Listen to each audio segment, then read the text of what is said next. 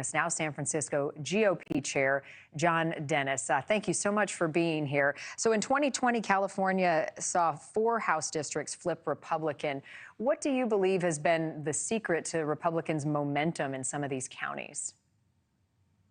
Well, we have a good organization on the state level, really well-run operation, the best I've seen in my time, my 17, 18 years involved in California politics.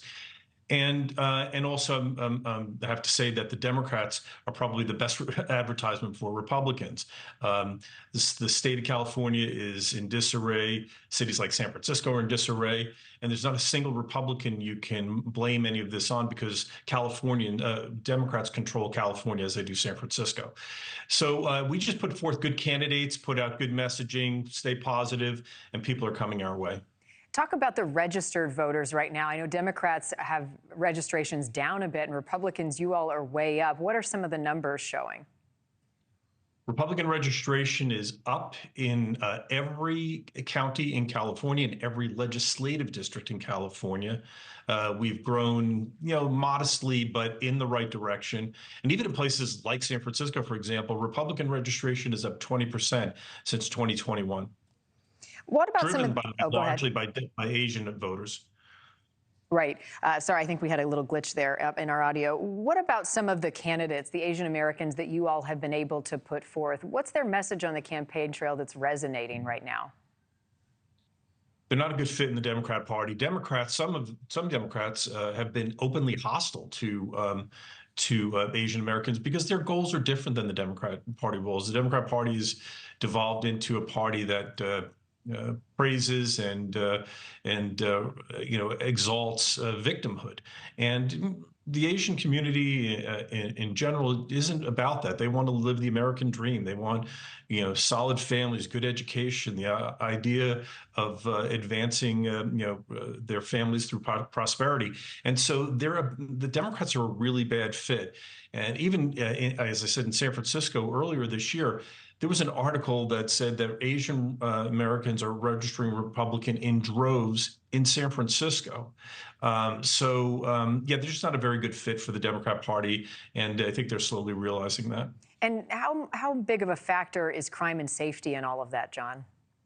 Well, it's a huge factor. Asian Americans have been targeted for violence. They've been the victims of some really vicious and heinous crimes.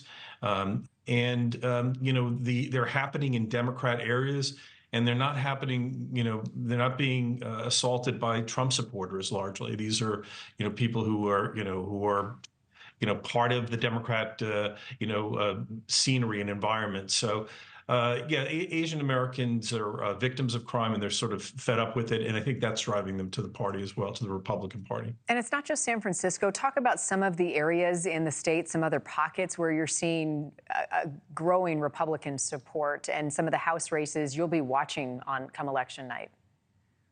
Well, there are a slew of them. We have 12 of the 50 seats, congressional seats in California are held by Republicans, but there are a number of opportunities. In CD 46, we have Scott Baugh run to take the seat that was vacated by Katie Porter. He's looking very good in that race. A race that very few people are talking about, but very much in play, is California CD number 9, which is in the Central Valley. It's held by Democrat Josh Harder right now, but African-American mayor of Stockton, Kevin Lincoln, is very much in the running there. That's a sleeper race that people aren't really talking about. But we also have potential pickups in Matt Gunderson along the coast in Southern California. A lot of really good races, and we have some races that we have to defend as well. But many people think that the control of the House runs through California. I think they're right, and I think we need to never forget or give up on those seats here in California. Yeah, changing political landscape there. John Dennis, thank you so much. Appreciate it. Thank you for watching. Go to newsnationnow.com to find NewsNation on your television provider. And don't forget to click the red subscribe button below to get more of NewsNation's fact-driven, unbiased coverage.